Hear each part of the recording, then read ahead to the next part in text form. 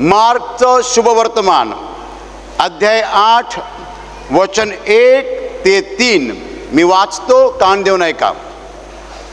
त्या दिवसात पुन्हा एकदा लोकांचा मोठा समुदाय जमला होता व त्यांच्याजवळ खावयाला काही नव्हते. म्हणून त्याने आपल्या शिष्यांना बोलावून त्यांना म्हटले, मला ह्या लोकांचा कळवळा येतो, कारण आज 3 दिवस ते माझ्या बरोबर आहेत व त्यांच्याजवळ खावयाला काही नाही. मी त्यांना उपाशी घरी लावून दिले तर ते वाटेने कासावीस होतील. त्यांतील कित्येक तर दुरून आलेले आहेत. Hallelujah, hallelujah, hallelujah, hallelujah. म्हणजे प्रिय भावांनो आणि बहिणींनो, प्रभू येशूजवळ लोक जेव्हा जमायचे, त्याच्या मागे जेव्हा लोक जायचे, तेव्हा त्यांचा मुख्य उद्देश काय होता? त्यांचा मुख्य उद्देश आजारमुक्ती, दुःखमुक्ती, व्यंगमुक्ती आणि देवाचे आशीर्वाद. येशूच्या मागे लोक हजारोंच्या संख्येने जात असत. लोंढे येशूच्या मागे जात असत. का जात असत? त्यांना आजारमुक्ती हवी होती, त्यांना व्यंगमुक्ती हवी होती, त्यांना दुःखमुक्ती हवी होती आणि त्यांना देवाचे आशीर्वाद हवे होते. Hallelujah, hallelujah. आपल्याला ठाऊक आहे, येशूने आंधळ्यांना दृष्टी दिली, मुक्यांना वाचा दिली, बहिरे ऐकते झाले, लंगडे चालते झाले आणि सगळ्या प्रकारचे आजार येशूने बरे केले. हालेलुया. इतकंच नव्हे तर त्याने अशुद्ध आत्मे घालवून दिले. अशुद्ध आत्म्याला आपण मराठीमध्ये भूत पण म्हणतो. भूत, दुष्ट आत्मे, अशुद्ध आत्मे त्याने घालवून दिले. मेलेली माणसं त्याने उठवली. अनेक प्रकारचे चमत्कार येशूने केले आणि त्या लोकांची दुःख जी होती ती दूर केली. येशू माणसांचे दुःख दूर करायचा म्हणून येशूच्या मागे लोंढे जायचे.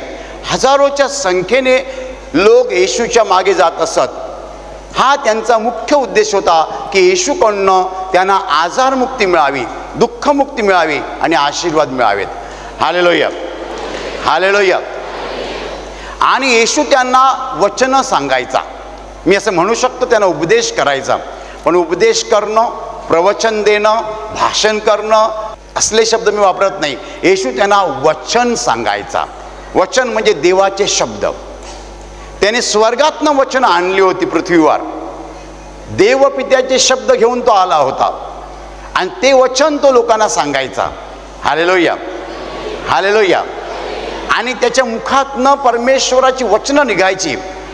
त्याला आपण उपदेश म्हणू शकतो, प्रवचन म्हणू शकतो, मात्र भाषण म्हणू नये. Hallelujah, hallelujah. आणि लोक मन लावून देवाची वचनं ऐकायची. तसं पाहिलं तर कधी कधी वाईट माणसं सुद्धा चांगली वचनं ऐकायला तयार असतात. पाळत नाहीत ती गोष्ट वेगळी. तुम्ही आपल्या बायकोवर प्रेम करा म्हटलं तर सगळे पुरुष रागावणार नाहीत, ऐकून घेतील. बाहेर गेल्यावर मारतील तिला, ती गोष्ट वेगळी, पण ऐकायला तर तयार असतात लोक. Hallelujah, hallelujah, hallelujah. देवाची वचनं माणसं ऐकून घेतात. पाळू शकत नाहीत ती गोष्ट वेगळी आहे, पण ऐकून तर घेतात. आणि मग येशूची वचनं ऐकायला लोक अगदी तत्परतेने उत्सुक असायचे, ऐकायचे कानाने. येशू त्यांना देवाची वचनं सांगायचा, त्यांना आजारमुक्त करायचा, त्यांना आशीर्वाद द्यायचा. हा त्याचा मुख्य कार्यक्रम होता. या ठिकाणी येशू म्हणतो की ह्या लोकांचा मला कळवळा येतो. 3 दिवस ते माझ्याबरोबर आहेत आणि त्यांच्याजवळ खायला काही नाही आहे. जर मी त्यांना तसंच उपाशी पाठवलं तर वाटेने ते कासावीस होतील. Hallelujah, hallelujah. माझ्या प्रिय भावांनो आणि बहिणींनो, या 2-3 वचनामध्ये देवाची मोठी रहस्य दडलेली आहेत. देव जेव्हा बोलतो तेव्हा ती सोन्याची खाण असते आणि त्याच्यातनं सोनं काढायचं असतं. तुमच्या कुणाच्या मनात पहिला प्रश्न उद्भवला जर 3 दिवस त्या अन्नाविना येशू बरोबर आहेत, तर 3 दिवसात कासावीस का झाले नाहीत? येशू असं का म्हणाला की ते वाटेने कासावीस होतील, ते इकडे कासावीस होतील असं का म्हणाला नाही? हालेलुया. ते वाटेने कासावीस होतील असं तो का म्हणतोय? ते माझ्या बरोबर असताना कासावीस होतील असं का म्हणत नाही तो? Hallelujah, hallelujah, hallelujah, hallelujah. माझ्या प्रिय भावांनो आणि बहिणींनो, या 2-4 वचनामध्ये सोन्याची खाण आहे आणि ते आज आपण सोनं बाहेर काढणार आहोत. हालेलुया. हे लोक माझ्याबरोबर 3 दिवस आहेत आणि त्यांच्याजवळ खायला काही नाही. 3 दिवस तुझ्या बरोबर असताना त्यांना तू खायला का दिलं नाहीस? मोठा प्रश्न आहे. मग 3 दिवसात दिलं काय त्यांना? त्यांना दिलं काय 3 दिवसात? 3 दिवसात त्यांना खायला दिलं नाही, मग दिलं काय? त्याने जे दिलं त्याला आपण म्हणूया आत्म्याचं अन्न. हालेलुया. या क्षणाला माझ्या समोर बसलेले तुम्ही सगळेजण जेवत आहात, पण हे अन्न शरीराचं अन्न नाही आहे, हे अन्न आत्म्याचं अन्न आहे.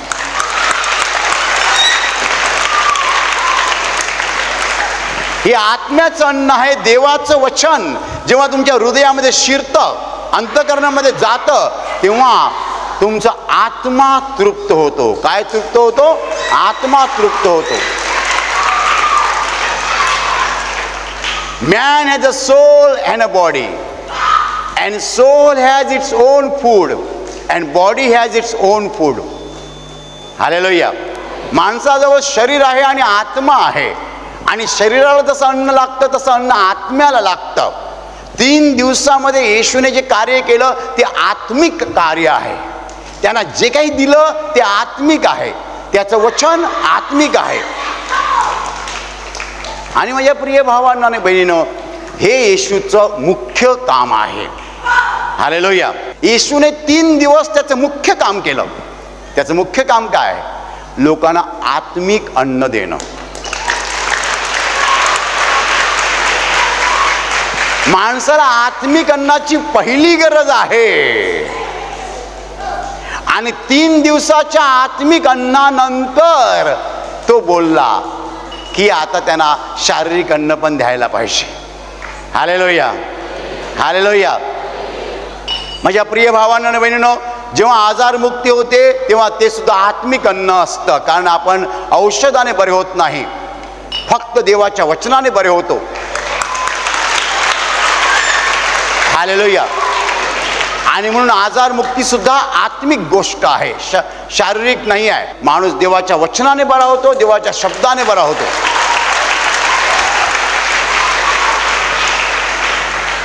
तीन दिवस त्या लोकांसाठी आत्मिक कार्य केल्यानंतर मग येशू म्हणतोय की आता ह्यांना जेवण दिलं पाहिजे, खायला दिलं पाहिजे.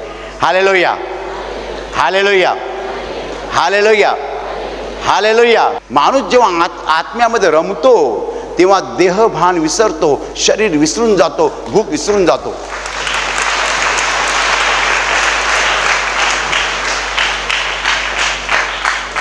म्हणून पहिली गरज आपली आत्म्याची आहे, शरीराची नाही.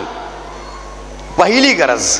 आणि आत्मा तृप्त झाल्यावरती शरीराची गरज कधी कधी जाणवत देखील नाही. देव म्हणतो जेव्हा तू आत्म्याचं कार्य करतोस तेव्हा तुझ्या शरीराची काळजी मी घेतो, शरीर महत्वाचं नाही आहे. शरीर महत्वाचं नाही आहे, शरीराच्या गरजा मी पुरवतो. The body is not important. The main thing that you have is your soul, your spirit. Hallelujah, hallelujah, hallelujah. 3 दिवस त्या लोकांना जाणवलं देखील नाही आहे की त्यांनी जेवायला पाहिजे, अन्न पाहिजे, भूक लागलेली आहे. त्यांना कळलं देखील नाही, कारण 3 दिवस ते काय पाहत होते? काय पाहत होते? आंधळे पाहतात, मुके बोलतात, बहिरे ऐकतात, मेलेले उठवले जातात. Hallelujah, hallelujah. म्हणजे प्रिय भावांनो आणि बहिणींनो, कान देऊ नये का? जेव्हा आपण आत्म्यावरती चर्चा करतो, आत्मिक काहीतरी करतो, तेव्हा आपण देहभान विसरतो, शरीराच्या गरजा विसरतो, शरीराच्या इच्छा विसरतो, शरीरच विसरून जातो आपण. As if we don't have a body. जणू काय आपलं शरीर नाही आहे, जणू काय शरीर नाही आहे. आत्म्याचं कार्य कोणतं? देवाचं वचन. त्याला आपण प्रवचन पण म्हणू नये, उपदेश पण म्हणू नये, भाषण तर अजिबात म्हणू नये, व्याख्यान म्हणू नये. हे मी सांगतो ते देवाचं वचन. आणि मग आजारमुक्ती, सगळं देवाचं कार्य.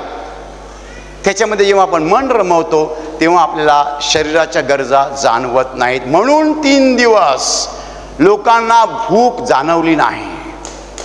हालेलुया. आणि येशू काय म्हणाला? ते एक वाटेने कासावीस होतील, माझ्या समोर ते कासावीस होऊच शकत नाहीत. ते माझ्या सहवासात असताना कासावीस होणार नाहीत. जेव्हा ते माझ्यापासून दूर जातील तेव्हा भूक जाणवायला लागेल, तेव्हा पोटात कावळे ओरडतील. कधी कावळे ओरडतील पोटात? जेव्हा ते माझ्यापासून दूर जातील, वाटेत कासावीस होतील. ते इकडे माझ्या समोर नाही होऊ शकत कासावीस. मी असताना समोर त्यांना भूक जाणवणार नाही, कारण माझं दर्शन त्यांच्यासाठी पुरेसं आहे.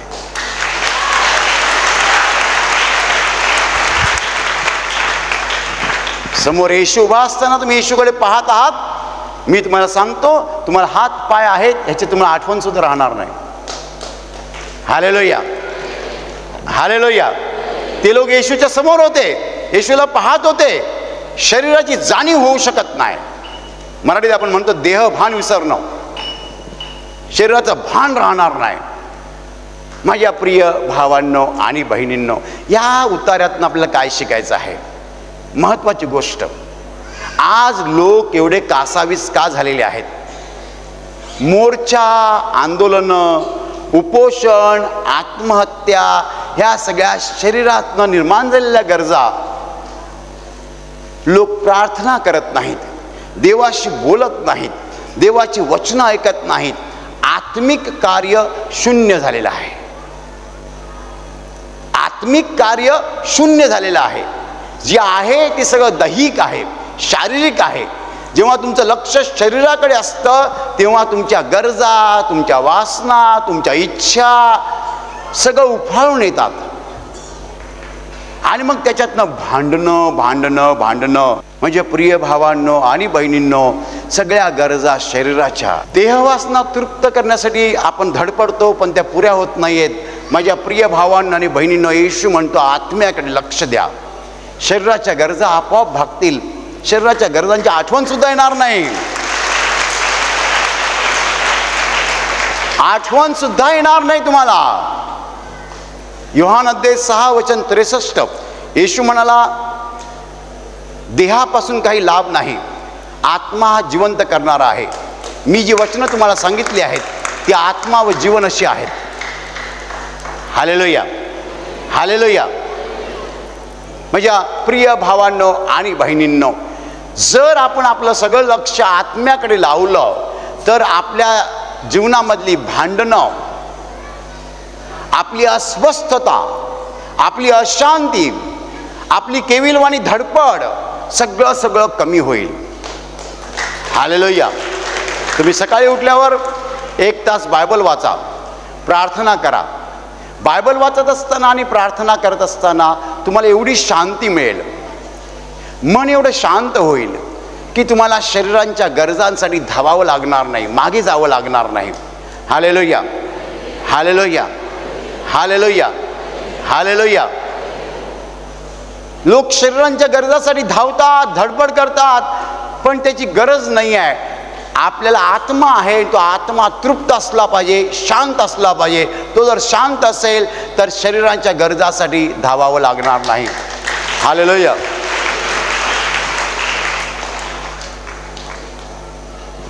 तुम्ही जर देवाच्या सहवासात राहिलात, आत्म्याच्या सहवासात राहिलात, प्रार्थना करत राहिलात, वचनं वाचत राहिलात, तर तुमच्या शरीराच्या गरजा आपोआप कमी होतील आणि मी तर म्हणेन नष्ट होतील. किती लोकांना आजारमुक्ती प्रवचन ऐकताना मिळालेले आहे. जे लोक शांतपणे प्रवचन ऐकतात त्यांचे आजार प्रवचनाच्या वेळेलाच निघून जातात. काही लोक साक्ष ऐकतात आणि टाळ्या वाजवतात, त्यावेळेला त्यांना आजार मुक्ती मिळते. इकडे गाणी बोलत असताना आजार मुक्ती मिळते. जेव्हा तुम्ही देवाच्या गोष्टीमध्ये रममाण होता तेव्हा देव तुम्हाला स्पर्श करतो, शरीर ठीक होतं. पुष्कळ वर्षापूर्वीची गोष्ट आहे. आशीर्वाद प्रार्थना केंद्रामध्ये बुधवारच्या दिवशी मी काउन्सिलिंग घेत होतो आणि एका बहिणीने मला सांगितलं, ब्रदर वेळ फार कमी आहे, तुम्ही वेळ घेता, तुम्ही पटापट काउन्सिलिंग करा. म्हटलं ठीक आहे.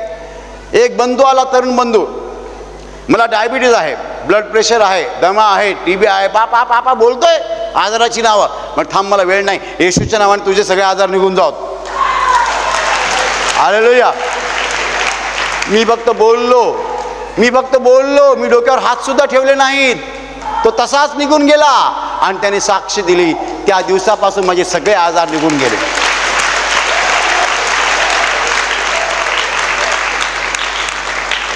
देव जेव्हा आपल्याला स्पर्श करतो असा, तेव्हा त्या स्पर्शाने आपल्या शरीरामध्ये जे काही वाईट आहे ते सगळं निघून जातं. त्याचा स्पर्श जो आहे तो प्रभावी आहे, आरोग्यदायी आहे, जीवनदायी आहे. त्याच्या स्पर्शातनं जीवन येतं. त्याचा स्पर्श एक आजार काढून दुसरा ठेवणार नाही, सगळं साफ करणार. Hallelujah, hallelujah. माझ्या प्रिय भावांनो आणि बहिणींनो, जेव्हा आपण देवाच्या वचनाकडे लक्ष लावतो, प्रवचन तुम्ही मन लावून ऐकता, गाण्यामध्ये मन लावून भाग घेता, प्रार्थनेमध्ये मन लावून भाग घेता, तेव्हा तुमच्या शारीरिक गरजा आपोआप देव भागवतो. एक सुंदर गोष्ट सांगतात, गोष्ट कधी विसरू नका. एक श्रीमंत मनुष्य होता. त्याचा मुलगा लष्करात सैनिक होता, पण तो मुलगा मेला आणि त्याच्या मित्राने त्याचं एक चित्र काढलं. मित्राचं चित्र काढलं आणि ते अतिशय सुंदर चित्र काढलं, हुबेहूब त्यांचा मुलगा दिसायचा.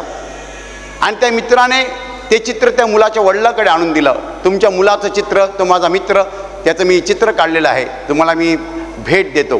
त्यांनी ते चित्र घरात ठेवून दिलं. आपल्या स्वतःच्या मुलाचं चित्र आहे. फार आनंदाने ते पाहायचे.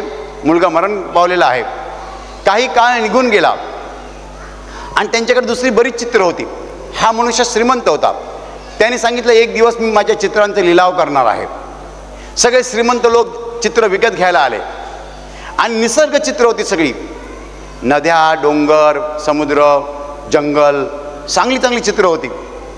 या माणसाने सगळी चित्र ठेवली आणि त्याच्यासोबत त्याच्या मुलाचं चित्र पण ठेवलं. आणि तो म्हणाला की लिलावाची सुरुवात मी माझ्या मुलाच्या चित्राने करत आहे. माझ्या मुलाचं चित्र, हा माझा मुलगा मेलेला आहे, माझा एकुलता एक मुलगा मेलेला आहे, कोणाला हवं आहे का आणि याला किती डॉलर देणार? एकही माणूस हात वर करत नाही. तुझ्या मुलाचं चित्र घेऊन आम्हाला काय मिळणार? कोणी खरेदी करायला तयार नाही आहे. फुकट दिलं तर घेतील, कोणी खरेदी करायला तयार नाही आहे. आणि अचानक एकाने हात वर केला आणि सांगितलं, मी याला $10 देतो, ह्या चित्रासाठी मी $10 देतो. त्या माणसांचं $10 घेतले, ते चित्र दिलं आणि तो माणूस पुढे म्हणाला, ही सगळी चित्र ह्या एका चित्रासोबत तुला भेट, बक्षीस. या एका चित्राच्या सोबत बाकी सगळी चित्र तुला फुकट. ते श्रीमंत म्हणाले, पण आम्ही त्याचे $100 देतो, आम्ही त्याचे $200 द्यायला तयार आहोत, ती निसर्ग चित्र. तो म्हणतो, मला पैशाची गरज नाही आहे. ज्या माणसाने माझ्या मुलाचं चित्र घेतलं तो त्याचा कोणीही नसून त्या माणसाला ही सगळी चित्र फुकट द्यावीत, ही माझी इच्छा आहे.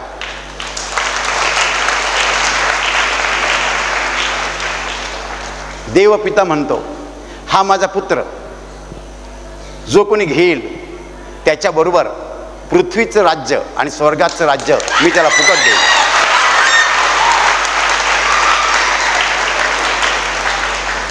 I will give the kingdom of the heaven and also the kingdom of this earth free of charge as a free gift because you took my son. कारण माझ्या पुत्राचा स्वीकार तुम्ही केला. हालेलुया. हालेलुया. माझ्या प्रिय भावांनो आणि बहिणींनो, जेव्हा आपण आत्म्याकडे लक्ष लावतो, देवाकडे लक्ष लावतो, येशूकडे लक्ष लावतो, तेव्हा बाकीच्या सगळ्या गरजा ज्या आहेत त्या तो पूर्ण करतो, सहज पूर्ण करतो. हालेलुया.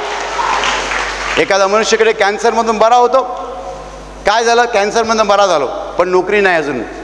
अरे ज्याने कॅन्सरमधनं बरं केलं तुला, तू नोकरी देऊ शकत नाही, नोकरी देणार नाही. कॅन्सरमधनं ज्यानं बरं केलं तू नोकरी नाही देणार.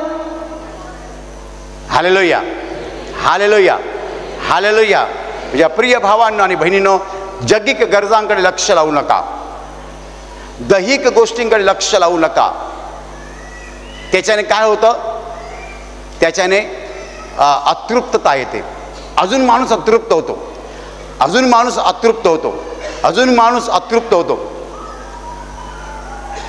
मला एक म्हण आठवते, गाईच्या दुधात आईची ममता असते आणि तरुणीच्या प्रेमात द्राक्षासवाची मादकता असते. पहिलीने तहान भागते, दुसरीने तहान वाढते. Hallelujah, hallelujah. माणूस जेव्हा शरीराच्या मागे जातो तेव्हा त्याच्या तहान भूक वाढत जाते. माणूस जेव्हा आत्म्याच्या मागे जातो तेव्हा त्याची तहान भूक क्षमते आणि तो शांत होतो. शरीर आणि आत्मा ह्यांच्यामध्ये अदृश्य लढत आहे, लढाई आहे. शरीर एका बाजूने खिचतं, आत्मा दुसऱ्या बाजूने खेचतो. Hallelujah, hallelujah. आपल्याला शरीर काबूत ठेवून आत्म्यावर लक्ष केंद्रित करता आलं पाहिजे. ते जर आपण केलं तर आपला जीव आणि शरीर दोन्ही शांत होतील. आणि आता मी तुमच्यासाठी प्रार्थना करत आहे. तुमचे डोळे मिटा आणि तुमच्या शरीराच्या ज्या भागाला आजार आहे त्या भागावर हात ठेवा. विश्वासाने हात ठेवा. प्रभू येशू स्वतः तुम्हाला स्पर्श करेल आणि एका क्षणात तुमचा आजार नाहीसा करेल. तुमच्या शरीरातील प्रत्येक आजार प्रभू येशूच्या पवित्र नावात नष्ट हो. तुमच्या जीवनातील प्रत्येक दुःख प्रभू येशूच्या पवित्र नावात नष्ट हो. आणि तुमच्यावर आणि तुमच्या कुटुंबावर प्रभू येशूचे महान आशीर्वाद होत.